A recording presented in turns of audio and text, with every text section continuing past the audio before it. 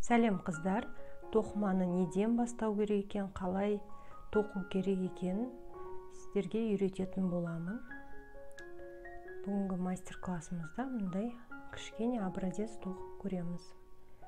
Ол үшін бізге қажет заттар жіп және 2 спицы. Тоқыманың қыр-сырын үйренгілеріңіз келсе, менің каналыма жазылып, подписка жасаңыздар.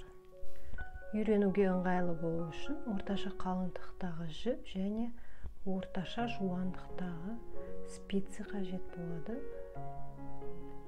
Ал бастаймыз. Жібімізді былай саусағымызға, 2 саусағымызға іліп аламыз. Алақанымызға қысып отырамыз. Ұшын бас бармағымызбен 2 саусағымызға іліп аламыз. Бір спицемізбен былай ұстап тұрамыз, жібімізді шығып кетпес үшін. Мына жерден кіргізіп, былай шығарып, іліп аламыз. Мінекей спицемізға 2 жіп теріп алдық. Енді оларды ұстап отырамыз, шығып кетпес үшін.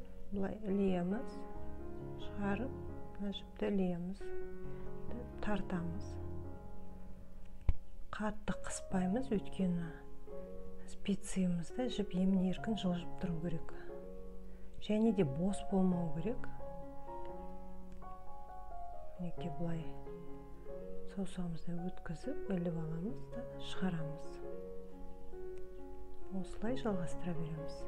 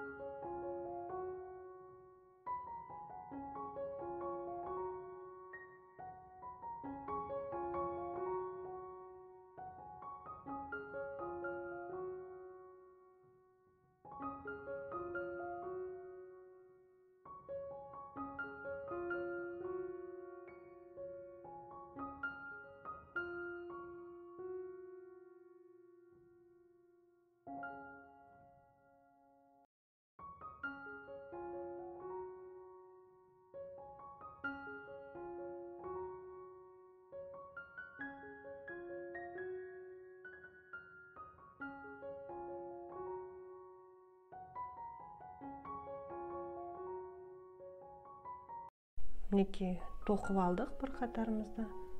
Енді осы қатарымыз шығып кетпес үшін жерін байлап қоямыз.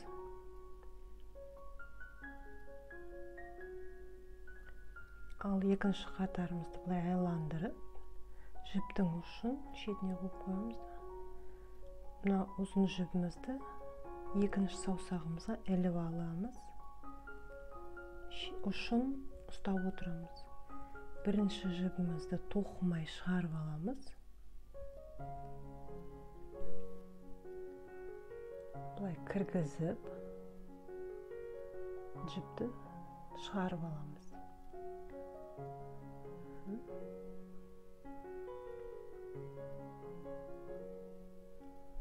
Екінші саусағымызға іліп отырамыз, жібіміз шығып кетпейтіндей.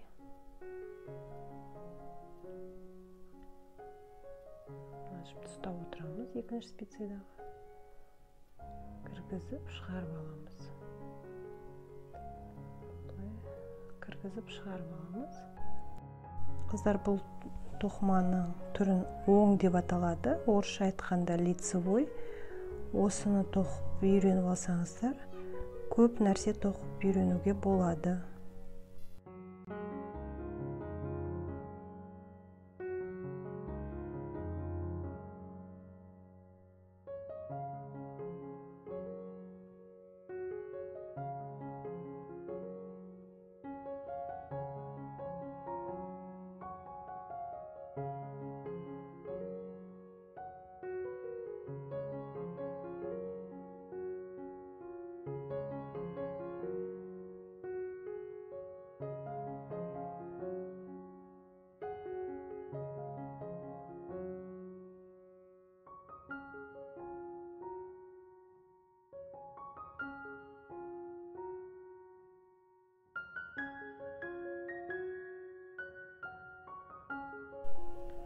соңғы жібімізді де солай тоқимыз. Тура солай келесі қатарымызды солай жалғастыра береміз.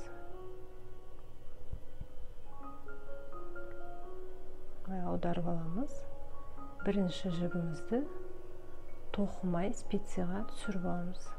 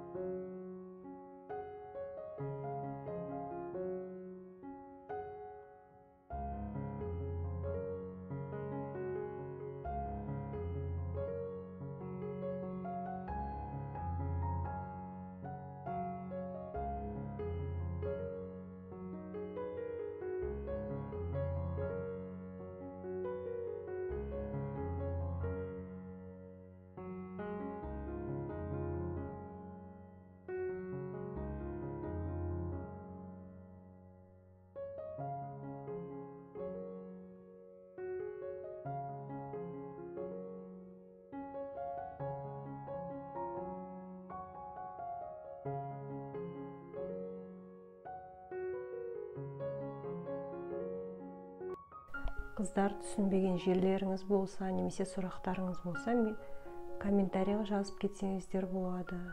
Менің жұмыстарымды менің инстаграмымнан көрсеңіздер болады. Ссылкасын описанияға қалдырып кетемін. Алда тағы қызықты мастер-класстарды жіберіп алмас үшін подписка жасап, лайк қойды ұмытып кетпеңіздер.